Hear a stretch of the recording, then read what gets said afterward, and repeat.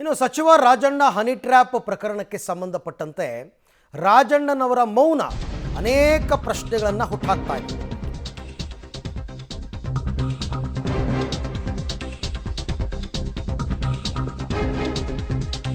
ಅಬ್ಬರಿಸ್ತಾ ಇದ್ದ ಸಚಿವ ರಾಜಣ್ಣ ಈಗ ಫುಲ್ ಗಪ್ಚಪ್.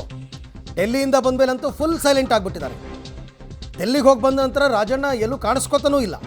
ಹಾಗಾದರೆ ಎಲ್ಲಿ ಹೋದರು ರಾಜಣ್ಣ? CID ವಿಚಾರಣೆ ಕೂಡ ಬರಲಿಲ್ವಾ ಅಂದರೆ ಇಲ್ಲ, ಯಾರ ಸಂಪರ್ಕಕ್ಕೂ ಸಿಗ್ತಾ ಇಲ್ಲ. ದೆಹಲಿಯಿಂದ ಬಂದ ಮೇಲೆ ಹೇಳಿಕೆ ಕೊಡ್ತೀನಿ ಅಂತ ಹೇಳಿ ಡೆಲ್ಲಿಗೆ ಹೋದವರು ವಾಪಸ್ ಬಂದ ಮೇಲೆ ನಾಪತ್ತೆ. ಡೆಲ್ಲಿಯಲ್ಲಿ ಹೈಕಮಾಂಡ್ ನಾಯಕರು ಇವರ ವಿರುದ್ಧ ಅಸಮಾಧಾನ ವ್ಯಕ್ತಪಡಿಸಿದ್ದಾರೆ.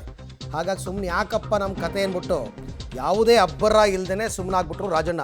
ಅವರು ಡೆಲ್ಲಿಗೆ ಹೋಗೋಕ್ಕೆ ಮೊದಲು ಕೂಡ ಅವತ್ತು ಸದನದಲ್ಲಿ ಅವ್ರು ಮಾತನಾಡಿದ ನಂತರ ಅವರ ರಿಯಾಕ್ಷನ್ ಹೇಗಿತ್ತು ಅಂತಂದರೆ ಕಾಟಾಚಾರಕ್ಕಿತ್ತು. ದೂರು ಕೊಡೋದ್ರ ಬದಲು ಮನವಿಯನ್ನು ಕೊಟ್ಟರು. ಇನ್ವೆಸ್ಟಿಗೇಷನ್ ಎಲ್ಲ ಹೋಮ್ ಮಿನಿಸ್ಟ್ರಿಗೆ ಬಿಟ್ಟಿದ್ದು, ನಾನೇನು ಹೇಳಲ್ಲ ಅಂದರು. ಆಮೇಲೂ ಅವ್ರ ಹತ್ರ ಯಾವ ಸಾಕ್ಷ್ಯಾಧಾರಗಳು ಇಲ್ಲ. ಪಾಪ CID ಅವ್ರು ಏನು ಮಾಡಬೇಕು ಇವಾಗ?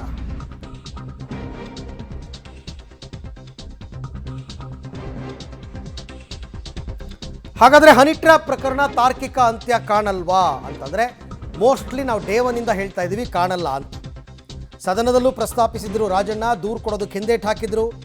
ಗೃಹ ಸಚಿವರಿಗೆ ಯಾವುದೇ ಸಾಕ್ಷಿ ಕೊಡದೆ ಬರೀ ಮನವಿ ಕೊಟ್ಟಿದ್ದರು. ಬಳಿಕ CIDಗೆ ಪ್ರಾಥಮಿಕ ವಿಚಾರಣೆ ನಡೆಸಿ ವರದಿ ಕೊಡೋದಕ್ಕೆ ಸೂಚನೆ ಬಂತು. ಆ 5 ಇಲ್ಲಿ ತನಕ ವಿಚಾರಣೆ ನಡೆಸಿದ್ರು. CID ಯಾವುದೇ ಸುಳಿವು ಸಿಕ್ಕಿಲ್ಲ. ಈಗ ಸದ್ಯಕ್ಕಂತೂ ರಾಜಣ್ಣ ಅವರ ಸ್ಟೇಟ್ಮೆಂಟ್ ಮೇಲೆ ನಿಂತಿದೆ ಹನಿ ಟ್ರ್ಯಾಪ್ ಕೇಸ್.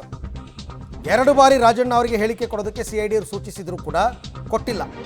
ದಿಲ್ಲಿಯಿಂದ ಬಂದ ಬಳಿಕನೂ CIDಗೆ ಸಿಗ್ತಾ ಇಲ್ಲ ರಾಜಣ್ಣ. ಹಾಗಾದರೆ ಸಚಿವ ರಾಜಣ್ಣ ಅವರು ಹೇಳಿಕೆ ಕೊಡಲ್ವಾ? ಅವರ ನಡೆ ನುಡಿಗಳನ್ನು ನೋಡ್ತಾ ಇದ್ದರೆ ಅವರು ಕೊಡಲ್ಲ.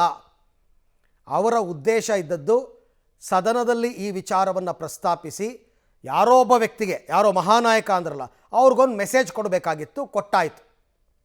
ಇನ್ನು ಎನ್ಕ್ವೈರಿ ಕಟ್ಕೊಂಡು ಏನಾಗಬೇಕು? ಹಾಗಾಗಿ ಸೈಲೆಂಟ್ ಆದ್ರ ಅಂತ ಪ್ರಶ್ನೆ ಮೂಡ್ತಾ ಇದೆ. ಈ ಬಗ್ಗೆ ಕೂಡ ಮತ್ತಷ್ಟು ಮಾಹಿತಿ ನನ್ನ ಕೊಲೀಗ್ ರವೀಶ್ ಅವರಿಂದ ಪಡ್ಕೊಳ್ಳೋಣ. ರವೀಶ್, ಯಾವತ್ತು ರಾಜಣ್ಣ ಅವರು ಸದನದಲ್ಲಿ ಈ ವಿಚಾರವನ್ನು ಪ್ರಸ್ತಾಪ ಮಾಡಿದ್ರೋ ಅವತ್ತಿಂದ ಇವತ್ತಿನ ತನಕ ತನಿಖೆ ಬಹಳ ಕಠಿಣವಾಗಿ ನಡಿಬೇಕು ಅನ್ನೋ ಮನಸ್ಥಿತಿ ಅವ್ರಿಗೆ ಇಲ್ಲವೇ ಇಲ್ಲ. ಹಾಗಾದರೆ ರಾಜಣ್ಣ ಅವರ ಉದ್ದೇಶವಾದರೂ ಏನು? ಸದನದಲ್ಲಿ ಇದನ್ನು ಪ್ರಸ್ತಾಪ ಮಾಡಿದ್ದು ಯಾಕೆ? ಈಗ ಯಾಕೆ ಇಷ್ಟೊಂದು ಮೌನ ಅಂತ?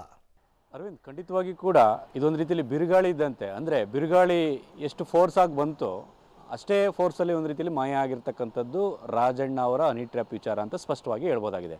ಯಾಕೆಂದರೆ ಏನು ಉದ್ದೇಶ ಇತ್ತು ಆ ಉದ್ದೇಶ ಈಡೇರಿದೆ. ಹಾಗಾಗಿ ಇನ್ನು ಮುಂದೆ ಅದನ್ನು ಬೆಳೆಸೋದಕ್ಕೆ ಇಷ್ಟ ಇಲ್ಲ ಅಂತಲೇ ರಾಜಣ್ಣ ಅವರು ಮತ್ತು ಅವರ ಟೀಮ್ ಈ ನಿರ್ಧಾರಕ್ಕೆ ಬಂದುಬಿಟ್ರಾ ಅನ್ನೋದ್ರ ಬಗ್ಗೆ ಕೂಡ ಚರ್ಚೆ ಆಗ್ತಾ ಇದೆ.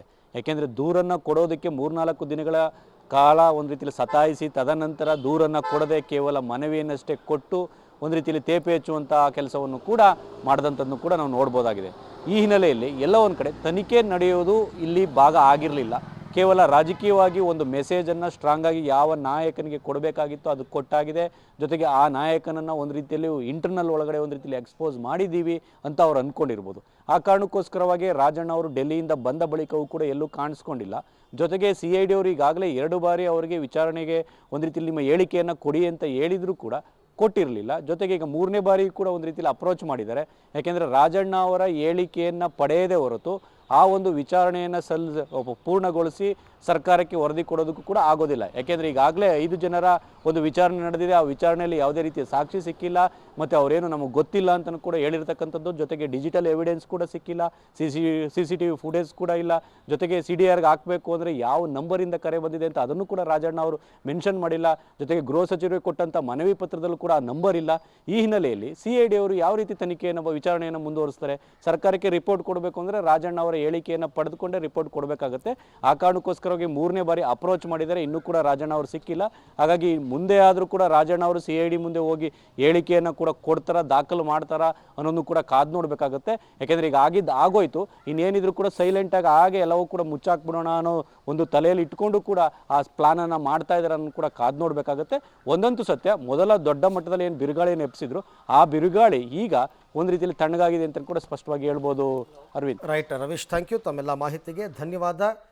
ಇದಕ್ಕೆಲ್ಲ ಉತ್ತರವನ್ನು ರಾಜಣ್ಣ ಅವರೇ ಕೊಡಬೇಕು. ಯಾಕಿಷ್ಟು ಸೈಲೆಂಟು? ಯಾಕಿನ್ನೂ CID ಮುಂದೆ ಅವ್ರ ವಿಚಾರಣೆಗೆ ಹಾಜರಾಗಿಲ್ಲ? ಅವ್ರ ಹತ್ರ ಸಾಕ್ಷಿಗಳು ಇದೆಯಾ ಇಲ್ವಾ? ಮೋಸ್ಟ್ಲಿ ಇಲ್ಲ ಅನ್ಸುತ್ತಪ್ಪ. ಇದ್ದಿದ್ರೆ ಕೊಟ್ಟಿರೋರು. ಹಾಗಾಗಿ ಇದು ಗಾಳಿನಲ್ಲಿ ಗುಂಡು ಹೊಡೆದಿರೋ ಪ್ರಕರಣ ಅಂತ ಅನ್ನಿಸ್ತಾ ಇದೆ.